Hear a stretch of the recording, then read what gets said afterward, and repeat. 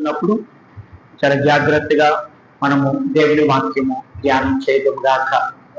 ఈరోజు అంశం ఏంటంటే దిక్కులేని దరిద్రుని ప్రార్థన. దేవునికి స్తోత్రం. నిశ్చయముగా లోకరీత్యా చూస్తే అవండి మరి దిక్కులేని వాళ్ళని దరిద్రుని ఎవరు ఏం చేయరు?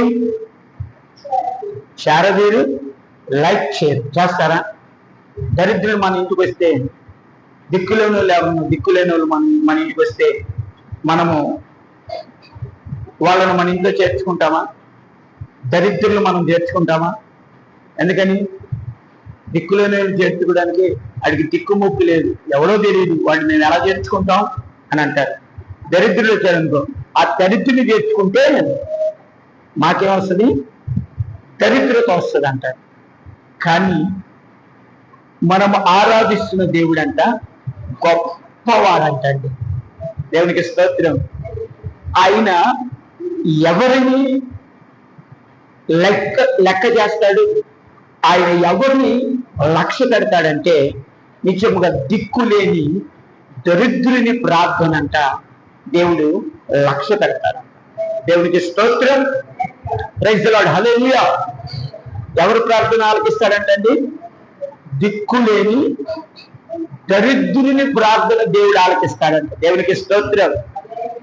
ఉదాహరణకి యేసుక్రీస్తు వారు చెప్పిన ఉపమానాన్ని నేను మీకు అందిస్తాను. లూకా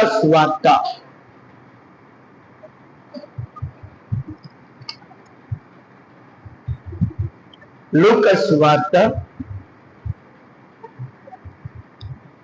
చూద్దాం ఒక్కసారి.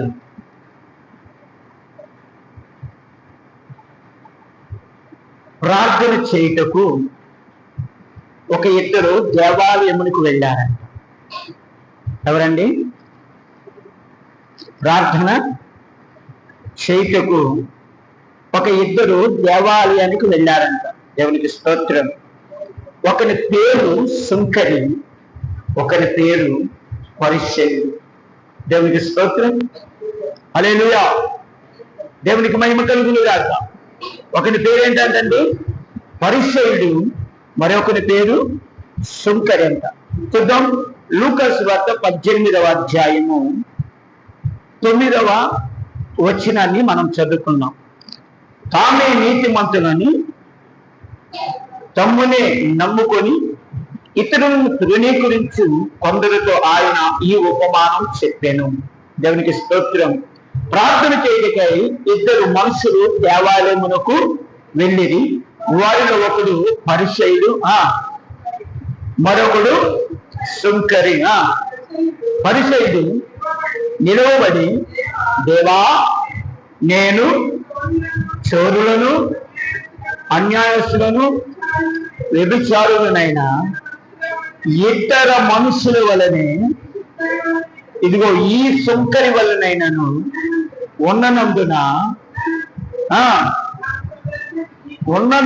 ఉండనందుకు నీకు కృతజ్ఞతాస్తుతులు చెల్లించుతున్నాను. చదువు. వారమునకు ఈ కురవాడు ఏంటంట, వారమునకు 2 మార్లు ఉపవాసము చేయుచు నా సంపాదన అంతటిలో 10వ వంతు చెల్లించుచున్నానని తనలో తాను ప్రార్థించుచుండెను. అయితే సుంకరి దూరముగా నిలుచుండి ఆకాశం వైపు నా కనులెత్తుటకు ధైర్యము చాలక రొమ్ము కొట్టుకొనొచ్చు, దేవా, పాపినైనా నన్ను కరుణింపమని పలికెను. అతని కంటే ఇతడు నీతిమంతుడుగా తీర్చబడి తన ఇంటికి వెళ్ళినని మీతో చెప్పుచున్నాను. తన్ను తాను తగ్గించుకునివాడు, తన్ను తాను హెచ్చించుకునివాడు తగ్గించబడును, తన్ను తాను తగ్గించుకుని వాడు హెచ్చింపబడును. దేవునికి స్తోత్రం, హల్లెలూయా, దేవునికి మహిమ కలుగును గాక. ఇక్కడ నేను చెప్పాలనుకుంటున్నటువంటి ఒక విలువైన మాట ఏంటంటే, ఇప్పుడు మనం చదువుకున్న ఆ కీర్తనలో అంశం ఏంటంటే దరిద్రుని ప్రార్థన. దేవునికి స్తోత్రం. ఏంటంట? దరిద్రుని ప్రార్థన దేవుడు ఆలకిస్తాడంటండి. దేవునికి స్తోత్రం. ఏం చేస్తాడంటండి? ఎవరు ప్రార్థన ఆలకిస్తాడంట? ఈ పరిసయుడు ప్రార్థన ఆలకించాడా, సుందరి ప్రార్థన ఆలకించాడా? చెప్పాలి. ఎవరు ప్రార్థన ఆలకించాడు? సుంకరి ప్రార్థన ఆలకించాడు. అంటే సుంకరి ఎవరు అంటే దరిద్రుడు. ఎవరంట? ఆయన ఏమన్నాడు? ఇదిగో ఈ సుంకరి వల్ల నేను కాక. దేవునికి మహిమ కలుగునుగా. దేవునికి స్తోత్రం. ఈరోజు చెప్పాలనుకుంటున్నటువంటి ఒక అమూల్యమైన మాట ఏంటంటే, ఈ ఇద్దరిని గురించి మనం చాలాసార్లు నేర్చుకున్నాం. కానీ ఇతడు సుంకరి అంటే అది దరిద్రుడు. హల్లెలూయా. ఈ దరిద్రుడు ప్రార్థన దేవుడు ఆలకించాడంట. నిజమండి. మనకెన్నున్నా, మనకి ఎంత ఆస్తున్నా, ఎంత పేరున్నా, ఎంత ప్రఖ్యాతులున్నా, ఈ సుంకర వలె మనం ప్రార్థన చేస్తే దేవుడు మన ప్రార్థన ఆలకించాడు. దేవునికి మహిమ కలుగును గాక. మరి ఎవరు ప్రార్థన ఆలకిస్తాడు అంటే దీనులంట, దరిద్రుల ప్రార్థన దేవుడు ఆలకిస్తాడంట. దేవునికి మహిమ కలుగును గాక. హల్లెలూయా. నిజంగా ఈ సుంకరి చూడండి, తను దేవుని మందిరానికి వచ్చి హెచ్చించుకుంటున్నాడు. ఏంటంట? నిజంగా ఇందాక వెళ్ళాం, అక్కడ ఉన్న వాళ్ళంతా కూర్చున్నారు, అంత సంగతి దగ్గర అంట అండి. ప్రతి వారికి హెచ్చింపే. ఆ హెచ్చింపుతో నువ్వు కూర్చున్నావు.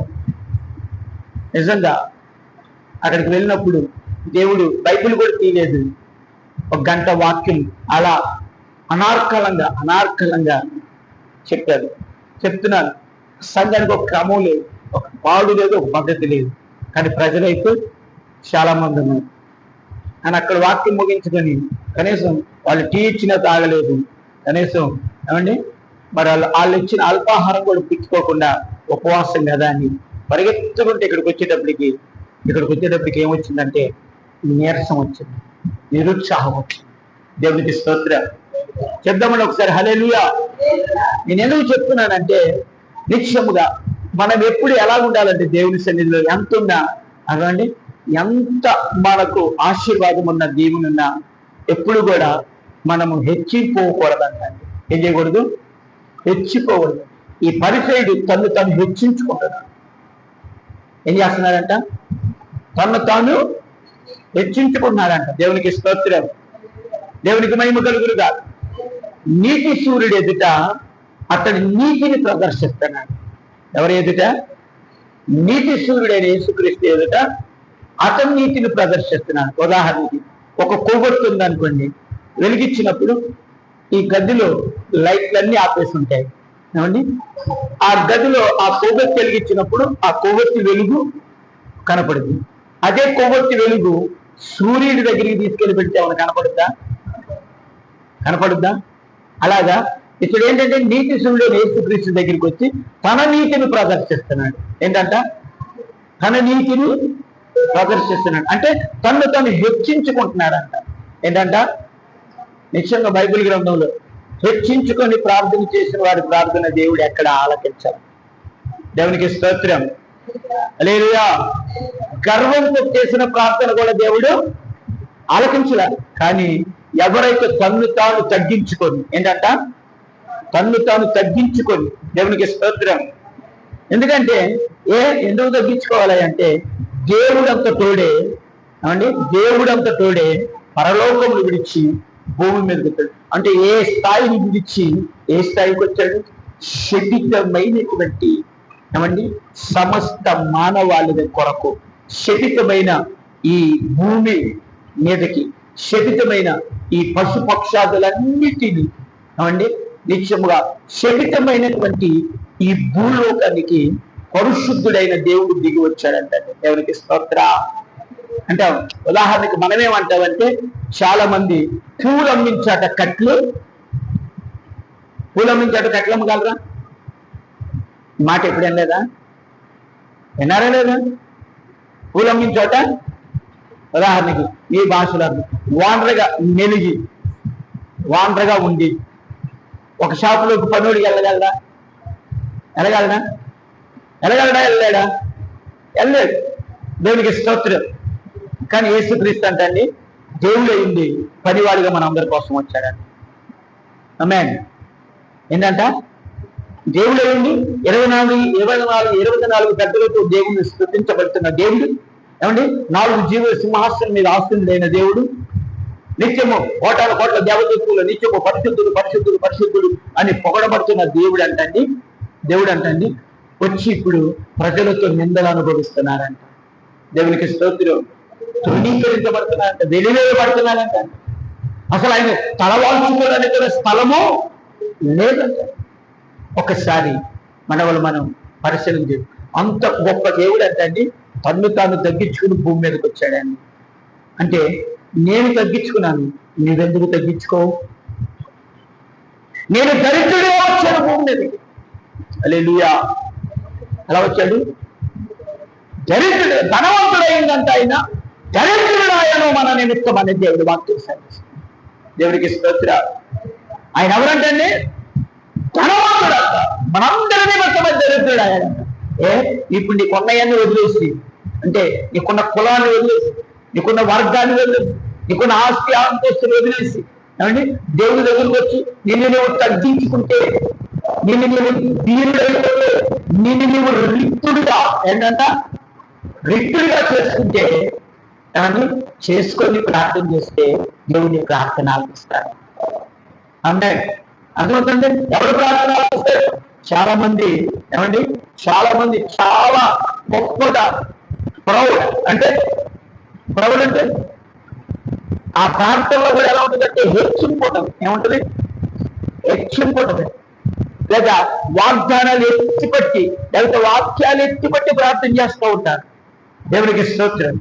ప్రార్థన చేయడం తప్పన్నది. కానీ మన ప్రార్థన ఎలా ఉండాలంటే నిత్యముగా యేసుక్రీస్తు చూపిన మాదిరి మన జీవితంలో ఉండాలి. ఏముండాలి?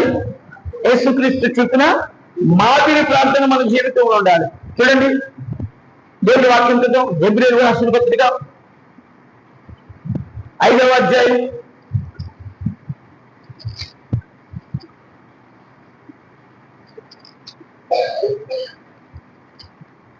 5వ అధ్యాయం 7వ వచనం చదువుకోండి ఒకసారి. శరీరధారైన దినములలో మహారోగములతోనూ కన్నీళ్లతోనూ తన్ను మరణము నుండి రక్షించగల వారికి ప్రార్థనలను యాచనలను సమర్పించి భయభక్తులు గలవాడై ఉండి దేవునికి స్తోత్ర, దేవునికి మహిమ కలుగును గాక. నిత్యముగా ప్రార్థనలు యాచనలు సమర్పించి భయభక్తులు కలిగి ఉందన ఆయన అంగీకరించబడేను. దేవునికి స్తోత్ర. ఏమండి? ఆయన శరీరధారి అయిన దినాల్లో అంట. ఏంటంట? చాలా మంది ఏమంటారు తెలుసా? 30 సంవత్సరాలు యేసుబాబు ఎక్కడున్నాడంట? ఎక్కడున్నాడు అని అంటే ఏం చెప్తారంటే లోకములో ఉన్నవారు వాక్యం తెలియని మహాభక్తులు. ఎవరు? వాక్యం తెలియని మహాభక్తులు ఏం చెప్తారంటే వాళ్ళ నాన్న వడ్రంగి వేస్తారంట. ఏం వేస్తుంది?